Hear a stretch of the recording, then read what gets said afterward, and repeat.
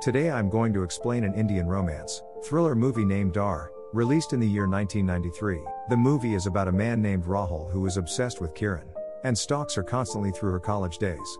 However, Rahul becomes insane when she gets engaged to Sunil, a Navy officer, and decides to forcefully claim Kiran for himself and even attempt to kill Sunil. But before we begin, beware of the spoilers. The film opens with Kiran Awasthi, a beautiful college student who is sitting and reading a letter sent by her lover, Sunil. As rain starts to fall, she gets up and runs away. On her way, she sees a shelter and decides to dry off her clothes before returning home because she could have gotten sick. Kiran begins removing her yellow dress. As she tries to drain her clothes, she feels someone's presence. On looking around, she is unable to see any figure. Kiran still feels the need to inquire if someone was out there. She starts feeling awkward, so she decides to put her clothes back on and rush back to her hostel. The scene shifts and we see Kiran hanging outside in an open space outside her hostel. From their talks, we acknowledge that Kiran was a college student living a hostel life in hill station called Shimla. Her friends tease her, asking about her fiancé Sunil and asking her if he was still coming to pick her up. Kiran goes on talking a little about Sunil and blushes. Shortly after that, Kiran starts hearing someone singing her name. Thinking it is Sunil, Kiran rushes to see where the sound was coming from. She looks for Sunil everywhere, but she doesn't find anyone around. She rushes to a classroom to find a huge "I love you Kiran" message on the green board. Kiran foolishly thinks it is her fiancé Sunil doing these things for her, completely unaware of the fact that it could very well be someone else. Later, we see Kiran and her girlfriends at a train station where they talk about finishing their college and finally returning home. While cracking jokes, the squad promises to stay in contact and never forget one another. On the other side of the story, we see why Sunil had not come to pick his fiancée from her last day of college. We are shown that Sunil was a Navy officer. Sunil is told to abort all his plans to get back home because he gets a mission from his captain to save the chief minister's young daughter, who had been abducted by the opposition parties. Through sources, the minister and Navy captains find out that the mobs had kept the chief's daughter inside a yacht which was in the middle of the deep blue sea. Sunil follows a great plan along with his colleagues and plays the lead captain to save the little girl's life. Sunil and his team help reunite the chief minister with his daughter and get praised for their heroic effort and earn lots of accolades. Along with a good reputation, Sunil and his team get a month off of their duty as a return gift from the chief minister. Stories shift back to Kiran's life in college. Kiran finally returns home to her brother Vijay and his wife Poonam. Kiran is clearly upset that Sunil hasn't come to pick her up from her college, but now she is even madder because he didn't even show up at the train station. Kiran goes to her room to change into comfortable clothes. As she opens her cupboard, Sunil pops out of it and surprises Kiran with a single rose. He shows that he missed Kiran a lot by throwing her on the bed and getting on top of her. Sunil was indeed a very romantic guy who loved being physical with Kiran. Kiran, who is a shy type, pushes Sunil back and scolds him for not coming to Shimla and writes her a love note on her class board but not showing up to her in person or at the train station. Sunil states that he had not made any visit to Shimla because he was stuck on a secret mission to save a girl who was held hostage on the ship.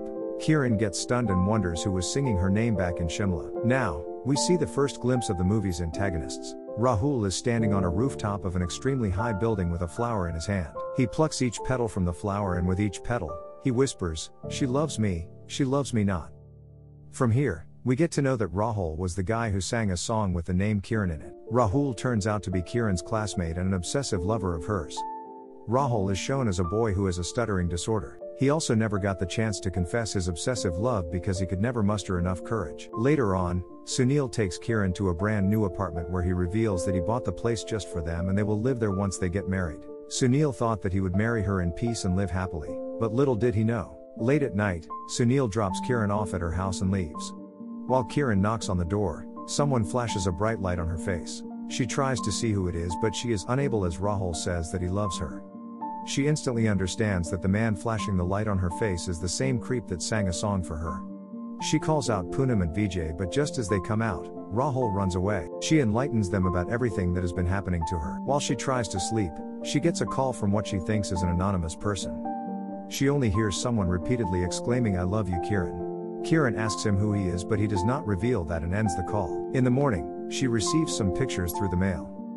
All of the pictures are hers, but she does not remember taking even a single one, and as she conveys the same to Poonam and Vijay, she declares that this is the work of her creep stalker and she still has no clue about the identity of the stalker. In the next scene, Rahul is talking to his mother on the phone. He talks about Kiran and tells his mother everything about how he will soon marry her. His father Avinash Mehra, who also happens to be a senior officer in the Navy and boss of Sunil, is witnessing all of this and gets very worried about the mental state of his adult son. Avinash consults a doctor about Rahul and tells him that he is stalking a girl and talking to her mother on the phone. The doctor says that it is completely normal for an adult man to talk to his mother on the phone, but shockingly, Avinash reveals that his wife and Rahul's mother have been dead for 17 years and that Rahul thinks that she has gone someplace safe, which is why he keeps talking to her on the phone. The doctor is very concerned about this, so he suggests that Avinash should be more attentive to Rahul's behavior and watch out for further warning signs. Rahul then keeps stalking Kiran more frequently without her knowing it. He sees her and Sunil happily spending quality time together, and this makes him very jealous because he cannot stand the thought of Kiran being with someone else. While taking desperate measures, Rahul tries to be friendly with Sunil, to be closer to Kiran. When she reaches home, Rahul continuously calls her and tells her to stay away from Sunil, but while scared, she refuses to allow a stalker to order her around. He visits her both on her birthday and on Holi, terrifying her and her family. Vijay and Poonam get Kiran and Sunil engaged, believing that the stalker would never trouble Kiran again. Upon knowing this, an enraged Rahul tries to kill Sunil but fails. Sunil meets with an accident when chasing the stalker, who he doesn't know is Rahul, and is hospitalized. Kiran, who now fears for her lover's safety, decides to leave the city so her stalker will not hurt him anymore, but is caught by Sunil, who marries her that night itself. Rahul is absolutely furious at this and swears to claim Kiran for himself. He trashes the couple's new house by writing Shadi Mubarak Kiran, congrats on your marriage, Kiran, and Tum Mary Ho Kiran, you are mine, Kiran, and kills the police officers sent to protect the couple. Kiran is horrified by this and fears that she might go insane. To distract her and calm her, Sunil takes Kiran on a honeymoon to Switzerland while booking extra tickets to Goa, so the stalker misunderstands that the couple is in Goa and goes there instead. Rahul falls for the trick and searches all over Goa, but to no avail. Instead, he finds his college friend Vikram Vicky Oberoi, who is suffering from a disease. Rahul then tries to befriend Kiran's brother and sister-in-law by visiting them daily to try and find out about Kiran's location. Rahul gets a call from Vicky asking him to come to see him. When he does, he finds him on his deathbed, asking Rahul to kill him as he cannot take the pain anymore. He hesitates a bit but then kills his friend and makes it look like he was the stalker. Kiran's family assumes that the stalker killed himself after not being able to track Kiran down and relax. They slip out her actual location to Rahul and he turns up at her hotel. Kiran and Sunil recognize and welcome him to be part of their festivities. Sunil then finds out Rahul was Kiran's stalker all along. He sends her away on a boat and confronts and beats up Rahul, who stabs and leaves him to die. Rahul reaches the boat and forces Kiran to marry him and tells her that Sunil is dead. He gives her his mother's old sari and tells her to wear it, ignoring her pleas. Kiran locks herself in a room in the boat, and when the door is broken down and she is pulled back out, it is revealed that Sunil didn't actually die and comes back to save Kiran. He and Rahul get into a fight and Rahul is defeated and gets fatally wounded. As he is dying, he pleads with Kiran to not hate him.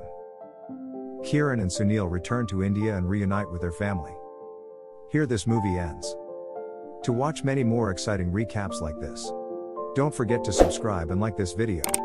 Let us know in the comments section about your favorite movie that you would like us to recap next. Thanks again for watching, stay safe and healthy.